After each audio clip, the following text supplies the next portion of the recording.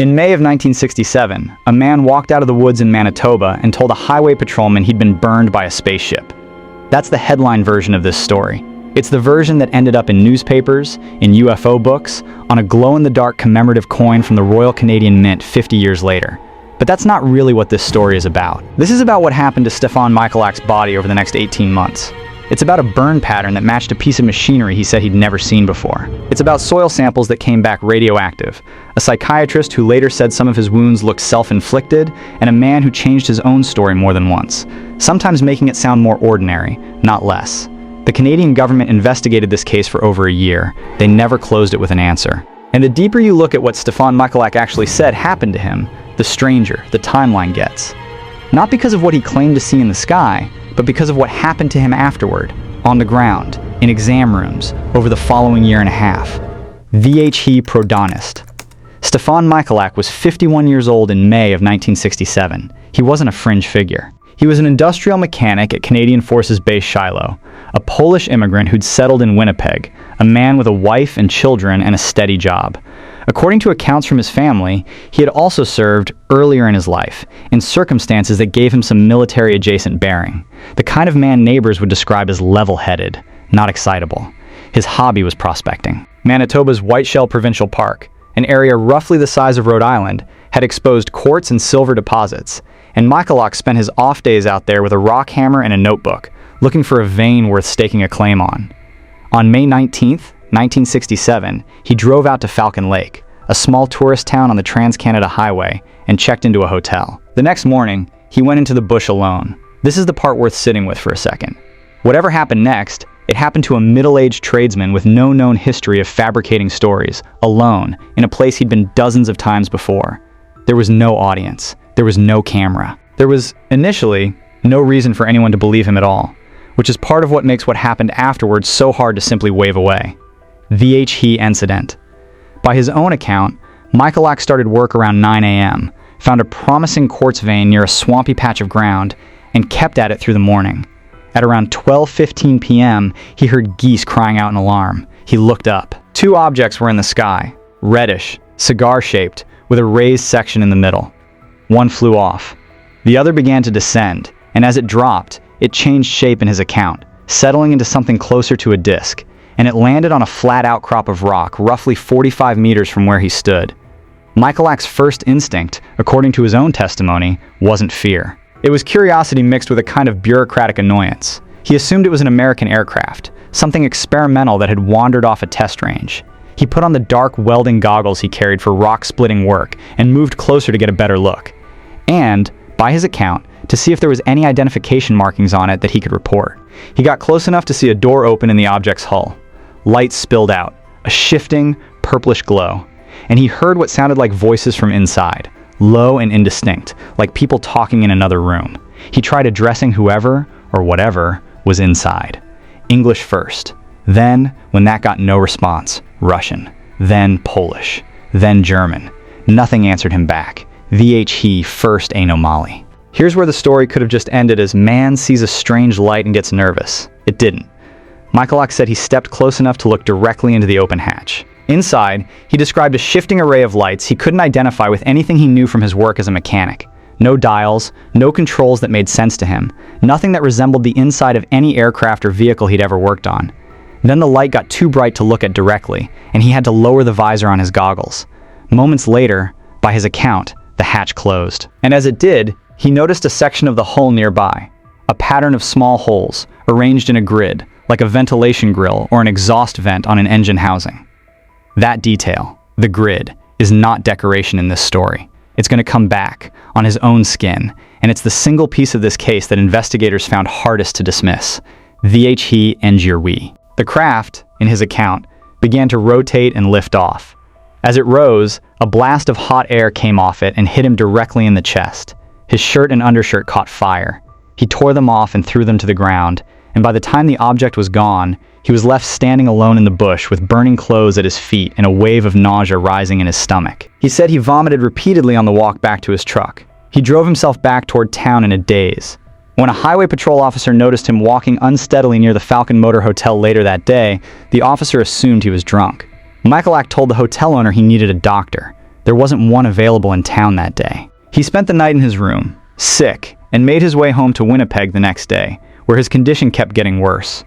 That's the first anomaly resolved into a second, stronger one. This wasn't just a strange sighting anymore. It was a man with a physical injury and no ordinary explanation for how he'd gotten it.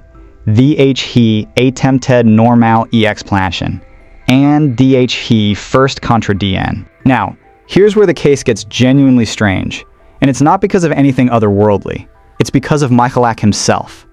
When he first went to police, he told them plainly that he'd been burned by a spaceship.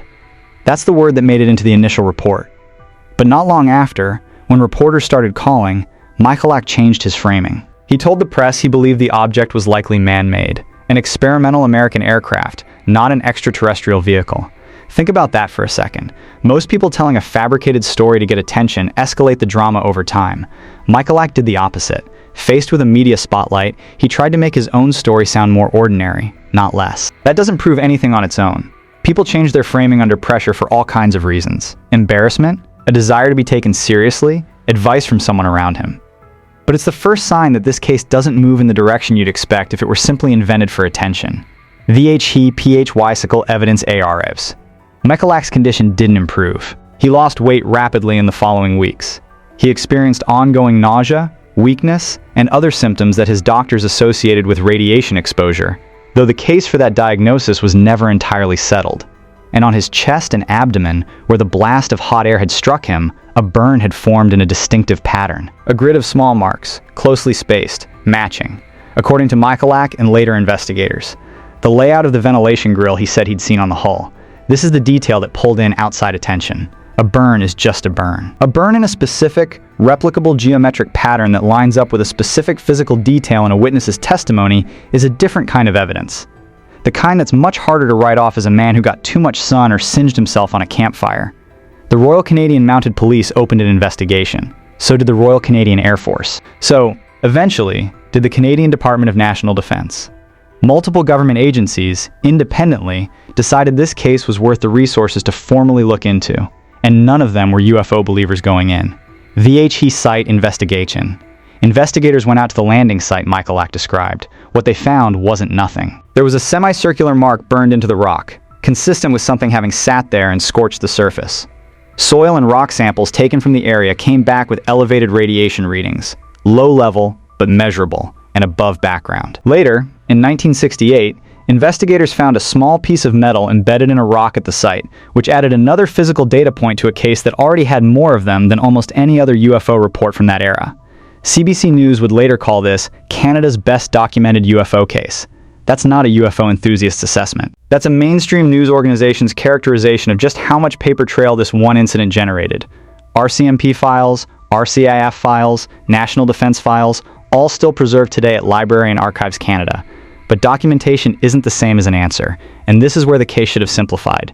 Instead, it got more complicated. HE conventional explanation, and ITS problems. Let's take the skeptical case seriously, because it deserves to be taken seriously. Radium-based paint was still in some industrial and consumer use in the 1960s, used on things like watch dials and instrument panels, and it's genuinely possible for radioactive contamination at a site to come from something far more mundane than an alien craft. When some of the objects Michalak later brought back from the site tested positive for low-level radioactivity, chemists at the time suggested exactly this: contamination from a radium source, not necessarily from the object itself. That's a real, plausible explanation for part of the evidence. It's worth taking seriously rather than dismissing. But it has a problem. It explains the radioactive samples. It doesn't explain the grid pattern burn matching a specific detail he'd already described before that physical evidence existed. And it doesn't explain something that happened next, something almost nobody talks about when they tell this story, and something that makes the case far messier than either hoax or genuine encounter allows for. HE second anomaly. Michalak Haver. In the months after the incident, Michalak agreed with investigators not to disturb the site further while it was being studied. He went back anyway, on his own, with another person, without notifying the investigators first. He collected objects from the site himself and later handed some of them over to authorities. Objects that, again, tested positive for radioactivity, but under circumstances that meant nobody could be entirely certain of their chain of custody from the original event. Why would a man supposedly hoping to be believed do something that undermines the credibility of his own physical evidence? There's no confirmed answer. Maybe he distrusted the pace of the official investigation. Maybe he wanted to control the narrative himself. Maybe he simply didn't grasp, as a mechanic and not a scientist, why sample integrity mattered. Whatever the reason, it's the kind of decision that makes this case resistant to a clean verdict in either direction. Too much unexplained physical trace evidence to dismiss outright. Too much irregular handling of that evidence to treat as airtight.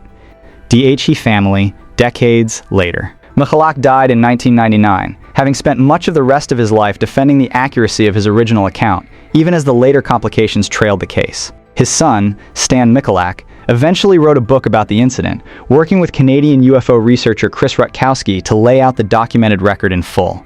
RCMP files, RCAF files, National Defense records, the original 1967 testimony alongside everything that came after. In 2017, speaking to CBC, Stan Michalak offered a line that captures the entire unresolved shape of this case better than almost anything else on record. If his father had hoaxed the incident, he said, then his father, a blue-collar industrial mechanic with no scientific training, would have had to have been a genius to fabricate a burn pattern, a radiation signature, and a physical trace at a remote landing site with a level of internal consistency that fooled multiple government agencies for over a year. That's not proof. It's a fair question, posed by someone with the most reason in the world to want an answer, who still doesn't have one. Expanding THE S-scale. Step back from Stefan Michalak for a moment and ask what this case would mean if his original account, the May 1967 encounter itself, before any of what came later, was accurate. It would mean that in the middle of the Cold War, in a Canadian provincial park, an unidentified craft descended close enough to a civilian witness that he could see inside it, hear something resembling voices, and sustain a physical injury from its departure. And that 3 separate branches of the Canadian government investigated that claim seriously enough to generate archival records that still exist today and still couldn't rule it out. It would mean the strongest physical trace UFO case in Canadian history isn't strong because nobody ever poked holes in it. It's strong because people did, repeatedly, formally, skeptically. And the core physical evidence from the original day still didn't fully collapse under that scrutiny. THE ending. Go back to the grid. A pattern of small, evenly spaced holes. Michalak said he saw it on the hull of the object in the seconds before it rose and burned him. Investigators later matched that same pattern to the scars on his chest from that day. And then, a year later, that same grid pattern appeared on his skin again. And this time, a professional concluded it likely hadn't come from any craft at all. It had come from him. 2 versions of the same mark. One, potentially, evidence of something outside of ordinary explanation. The other, evidence of what prolonged, unresolved suspicion can do to an ordinary man who was never prepared for any of this. Maybe the real mystery of Falcon Lake was never only about what came out of that landed object in May of 1967. Maybe it's about what a year of being disbelieved, investigated, and doubted can eventually do to the person left holding the only evidence anyone will ever have.